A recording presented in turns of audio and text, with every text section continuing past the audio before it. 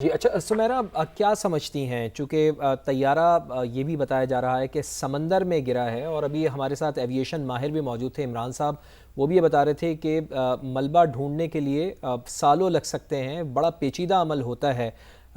کیا سمجھتی ہیں آپ کہ بڑے چیلنجز ہوں گے اس کا ملبہ تلاش کرنے کے لیے؟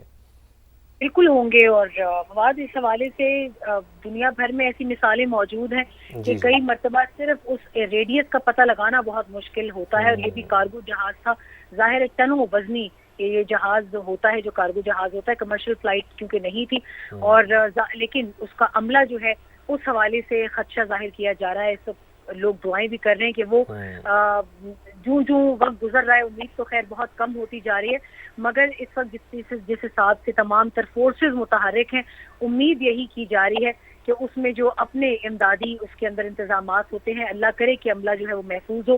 مگر یہ بات بالکل درست بتائی جا رہی ہے کہ کارگو جہاز کا جو ملبہ بھی اگر ہے جو سمندر میں لاپتہ ہوا ہے، اس کو ڈھونڈنے میں بہت وقت لگ سکتا ہے، اور سمندر کی اس کا جو سی بیڈ ہے وہ بہت گہرا ہوتا ہے، تو میری ٹائم فورسز اس میں اللہ کرے کہ کامیاب ہوں جلد سے جلد، اور سب سے زیادہ کنسرن انسانی جان کے لیے ہے۔ اچھا سمیرہ، یہ بتائیے گا کہ جو کنٹرول سینٹر ہے، آپریشنل کنٹرول سینٹر، اس کو کب آخری بار خودکار اپڈیٹس موصول ہوئی تھی؟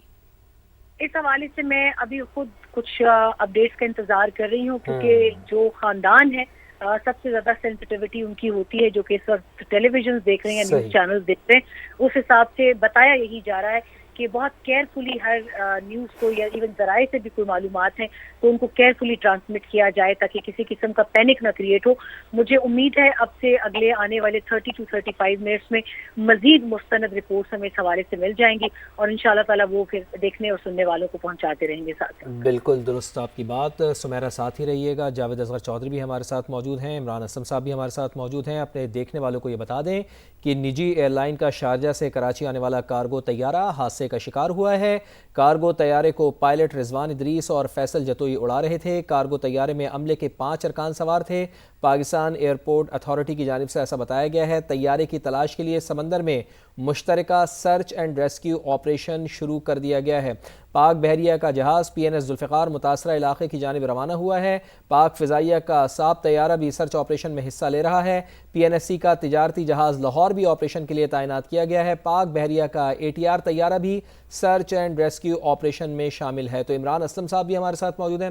عمران صاحب، بنیادی سوال یہ ہے کہ کیا لگتا ہے بظاہر اس حادثے کو دیکھتے ہوئے کہ کیا موسم کی خرابی اس حادثے کا شکار طیارے کی وجہ بنی، اس حادثے کا وجہ بنی ہوگی، یا پھر جیسا کہ ہمارے نمائندے بھی بتا رہے تھے کہ کچھ تکنیکی مدد کی فراہمی کے لیے یہ طیارہ گیا تھا شارجہ، وہاں سے واپس یہ آ رہا تھا، تو تکنیکی خرابی اس کی وجہ بنی ہوگی؟ کیا آپ کا تجربہ کہتا ہے؟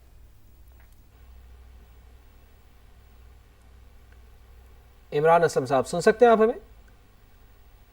غالباً عمران اسلم صاحب سے ہمارا رابطہ منقطع ہوا ہے۔ جاوید چودھری صاحب ہمارے ساتھ اگر موجود ہیں۔ جاوید چودھری صاحب، آپ بتائیے گا کہ اب تک کی جو اطلاعات آپ کے پاس آ رہی ہیں، کیا وجہ ہے؟ تکنیکی خرابی اس حادثے کی وجوہات میں شامل ہے، اس حادثے کی وجہ بنی ہے، یا پھر موسم بھی اس حادثے کا سبب بن سکتی ہے؟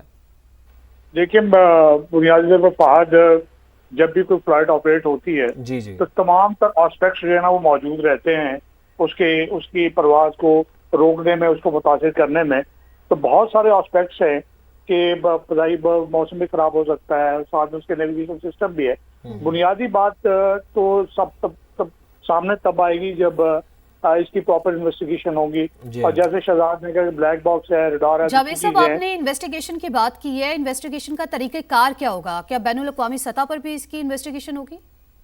نہیں، اس میں یہ ہے کہ پاکستانی کا جو سیفٹی انویسٹیگیشن بورڈ ہے جو انڈیپینڈنٹ ہے، پہلے وہ سول ایویشن اتھارٹی کے انڈر تھا، لیکن انٹرنیشنل سول ایویشن آرگنائزیشن کی جو ہے وہ ہدایات پر اس کو جو ہے وہ ریگولیٹری اتھارٹی سے الگ کر کے انڈیپینڈنٹ باڈی بنا دی گئی ہے، اور وہ اس حوالے سے تمام تر تحقیقات کرتا ہے، تمام تر ایکسیڈنٹ جو ایئر کرافٹ کریشز ہیں۔